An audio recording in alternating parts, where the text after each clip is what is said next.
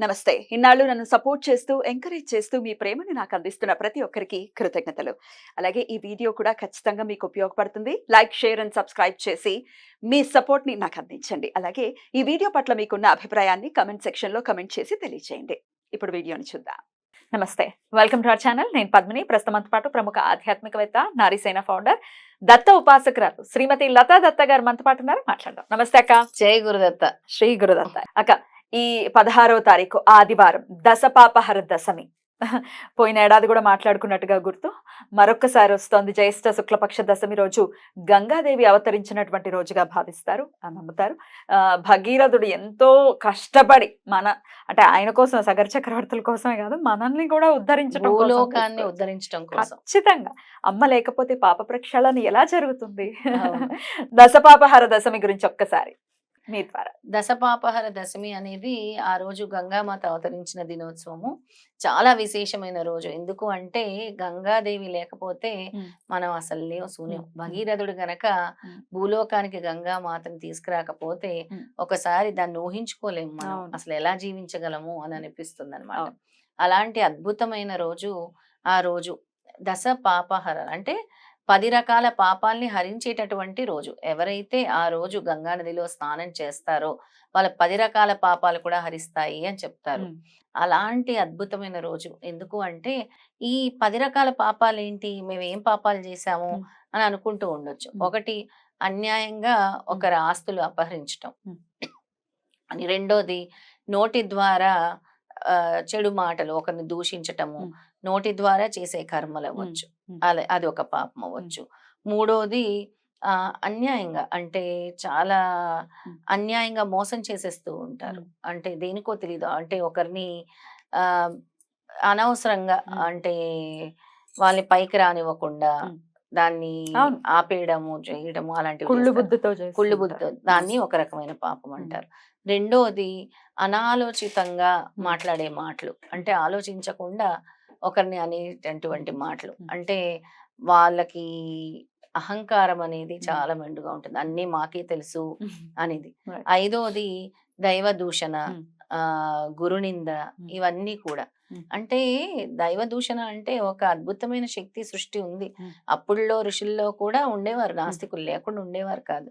కానీ ఎవరిని దూషించేవారు కాదు, హేతుబద్ధంగా ఉండేవారు. వాళ్ళకి తగిన విధంగా వాళ్ళు బోధిస్తూ ఉండేవారు. తర్వాత ఇంకా పలు రకాల పాపాలు. ఎలాగా అంటే మోసము. మనం ఒకటి మోసము, ఆస్తి అపహరించడం వేరంటే మోసం ఇంకొకటి. అన్ని విషయాల్లో మోసం చేయటం. ఎలాగంటే ఇంకొకరి భార్యల్ని అపహరించటము, పరాయి స్త్రీలను సంగమించటము, అపహరించటము, ఇవన్నీ కూడా వస్తాయి అందులోని. అంటే వేరే వాళ్ళ స్త్రీ మీద వాంఛలు ఉంటాయి కదా, అలాంటి పాపాలు కూడా ఉంటాయి అన్నమాట. దాన్ని కూడా ఒక రకమైన పాపం అంటారు. ఇలా 10 రకాల పాపాలు, అంటే రకరకాల పాపాలు. అబద్ధాలు కూడా ఉన్నట్టున్నాయి ఇందులో. ముఖ్యంగా అబద్ధాలు అనేది ప్రధానమైంది. చాలా ఈజీగా ఆడేస్తాం. ఇది చాలా ముఖ్యమైనది. అబద్ధాలు అనేది చాలా ప్రధానం. చాలా సులభంగా మనం చెప్పేయచ్చు అని అనుకుంటారు, కానీ అబద్ధాలు అనేవి 1-2 సార్లే ఆడొచ్చు. దేనికి చెప్పారు? ఒక జీవితం నిలబెట్టడం కోసం, ఒక పెళ్లి కోసం అని చెప్పారు. అంతేగాని ఊరికే అబద్ధాలు ఆడమని చెప్పలేదు. ఏ శాస్త్రం చెప్పలేదు, ఏ ధర్మం చెప్పలేదు. నెక్స్ట్, ధర్మాన్ని కాపాడకపోవటము, అది కూడా ఒక రకమైన పాపం. డెఫినెట్లీ. ఎప్పుడు అధర్మంగా ఉండటము. అలాగే స్వార్థపూరితమైన, అంటే పిసినారులు, ఎవరైతే దాన ధర్మాలు చేయరో పిసినారులు ఉంటారో, ధనమంతా మాకే కావాలని అనుకుంటారు, అంటే డబ్బు ఆశతో ఉంటారు కదా, అలాంటిది కూడా ఒక రకమైన పాపమే అని చెప్తున్నారు. ఇవన్నీ కూడా 10 రకాల పాపాలు అన్నమాట. ఈ 10 రకాల పాపాలు కూడా మీరు జీవితంలో, అంటే తెలిసి చేసినా తెలియక చేసినా ఆ పాపాలైతే చుట్టుకుంటాయి. ఇవన్నీ కూడా మీ జీవితంలో కర్మానుసారి. ఇప్పుడు అంటారు తల్లిదండ్రులు చేసింది పిల్లలకు వస్తుందని, ఖచ్చితంగా వస్తుంది. తల్లిదండ్రులు చేసింది తీసుకోవట్లా, తాతలు చేసింది వస్తుంది, తల్లిదండ్రులు చేసింది వస్తుంది. అవన్నీ కూడా మీకు క్యారీ ఫార్వర్డ్ అవుతూనే ఉంటాయి. అందుకే పితృదోషాలు అంటే కూడా ఏదో ఇప్పుడు చేసింది మా నాన్నది వాళ్ళు చేసేది సంబంధం. ఆస్తి తీసుకోవడానికి మాత్రం సంబంధాలు గుర్తొస్తాయి, అప్పుడు గుర్తొస్తాయి. మేము మనలో, లేకపోతే మేము ఇదో లేదంటే చేసేసాము మేము, మా మామగారికి చేసేసాము, మా నాన్నగారికి. అయ్యో! మీ మామగారికి చేసింది కాదు, మీ నాన్నగారికి చేసింది కాదు, మీ తాత ముత్తాతల నుంచి కూడా అది క్యారీ 3 ఫార్వర్డ్ తరాలు అవుతుంది. ఖచ్చితంగా చేయాలి. అది క్యారీ ఫార్వర్డ్ అవుతుంది. హ్మ్. అలాగే ఈ పితృదోషాలనేది, పితృ రుణాలనేవి మనం పెట్టేది పితృలు ప్లస్ తండ్రులు, అంటే మన తాత ముత్తాతలు కలిసి హ్మ్. తీసుకునేది వాళ్ళకి చెందుతుంది హ్మ్. అని మన సనాతన ధర్మం చెప్తుందన్నమాట. రైట్ అక్క. మనం ఏదో ఒక్కరికి పెట్టింది కాదు. Right. ఆ రోజు ముఖ్యంగా Hmm. గంగా నదిలో స్నానం ఆచరించాలి. గంగా నదికి గంగా- వెళ్ళలేము కాబట్టి వెళ్ళలేము అన్నిటికీ. ప్రతి దానికి మనకి ఏదన్నా రూట్స్ ఉంటే వెళ్ళిపోవడానికి, కానీ గంగకు వెళ్ళండి స్నానం చేయండి అంటే కుదరదు అలా. కుదరదు. కానీ వెళ్తే బెటర్ కదా. ఆ రోజు గంగా నది దగ్గర ఉన్న వాళ్ళ అదృష్టవంతులు. అదృష్టవంతులు నిజంగా. అసలు పని కట్టుకుని వెళ్తారు కొంతమంది. చాలా మంది పని కట్టుకొని ఈ దశ పాపాలు కూడా తొలగిపోవాలి అని వెళ్తారు. అయితే ప్రతి ఒక్కరింట్లో గంగాజలం ఉంటుంది కదా పద్మిని, ఖచ్చితంగా. గంగాజలం ఉంటుంది. ఆ గంగాజలం వేసుకొని చక్కగా స్నానం ఆచరించండి. గంగాజలం కూడా లేనప్పుడు మీరు స్నానం చేసే నీటిలోనే కొద్దిగా పసుపు వేసుకొని అలాగే గంగామాతని ప్రార్థించుకొని మాకేమీ రాదు అంటే హరగంగే హరగంగే హరగంగే అని అనుకోండి. ఏమీ రాకపోతే గంగాదేవి సంకల్పం చెప్పుకుంటే చాలా మంచిది. రానప్పుడు గంగామాతను స్మరించుకొని, గంగామాత అవతరణ దినోత్సవం కాబట్టి అమ్మవారి అనుగ్రహం కావాలని కోరుకోండి. అలాగే నదీ స్నానం, ఎక్కడైనా నదికి వెళ్ళినా కూడా గంగాదేవిని తలుచుకొని నదీ స్నానం చేస్తే కూడా చాలా మంచిది. ఆ రోజు ముఖ్యంగా నల్ల నువ్వులు, అలాగే పేలాలు, నల్ల నువ్వులు పేలాలు బెల్లం కలిపి నదిలో వదలటం వల్ల దశ పాపాలు కూడా హరిస్తాయని మన శాస్త్రం చెప్తుంది. గంగలోనేనా, లేకపోతే ఇప్పుడు గోదావరి దగ్గర ఉన్న వాళ్ళైతే గోదావరిలో కూడా, కాకపోతే గంగామాతను స్మరించుకొని వదలాలి. ఏ నది దగ్గరకైనా వెళ్ళి వదలొచ్చు. నదుల దగ్గర ఉండే వాళ్ళు ఉంటారు కదా, నదుల దగ్గర చాలా మంది ఉంటారు. ఇప్పుడు కృష్ణా నది ఉంది, గోదావరి నది ఉంది.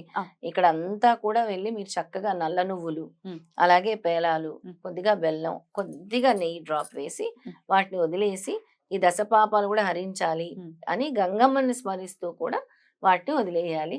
ఓ 3 మునకలు వేయాలి. 10 మునకలు వేయాలి. 10 పాపాలు కాబట్టి 10 మునకలు వేయాలి.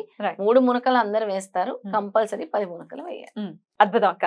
దశపాపహర దశమి వస్తోంది అంటేనే చాలా చాలా చాలా వైశిష్ట్యం కలిగినటువంటి రోజు. అలాగే ఖచ్చితంగా రామాయణం అంతర్గతంగా వచ్చేటటువంటి గంగావతరణ ఖచ్చితంగా వినాలి. జన్మకు ఒక్కసారైనా ఆ తెలుసుకోవాలి. రోజు వింటే చాలా మంచిది. గంగా అవతరణ ఖచ్చితంగా. గంగా అవతరణ ఆ రోజు వింటే అమ్మవారు అవతరించిన రోజు కాబట్టి నిజంగా మీ పాపాలు అనేవి తొలుగుతాయి. మీకు కూడా గంగాదేవి అవతరణ గురించి కూడా తెలుస్తుంది. తప్పకుండా తప్పకుండా. అయితే చాగంటి కోటేశ్వరరావు గారు సంపూర్ణ రామాయణం ప్రవచనాల్లో ఉంటుంది, బాలకాండలోనే ఉంటుంది కాబట్టి చక్కగా వినొచ్చు. షణ్ముఖోత్పత్తి అయిపోయిన తర్వాత గంగావతరణ. సో చక్కగా వినండి ఒక్కసారి. సంపూర్ణ రామాయణం బై చాగంటి కోటేశ్వరరావు గారు అని కొడితే వచ్చేస్తుంది.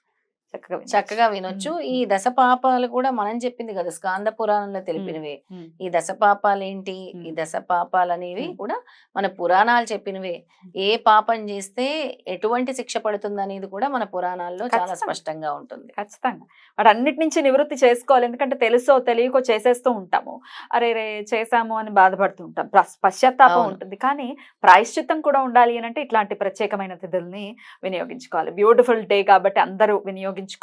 గంగమ్మని స్మరించని రోజంటూ ఉండదు. గంగే చెవినోచేవ గోదావరి అని మనం ఎలాగో తలుచుకుంటూనే ఉంటాం. గోదావరి సింధు అన్ని మనం చక్కగా సన్నిధం కురు. అద్భుతంగా తలుచుకుందాం.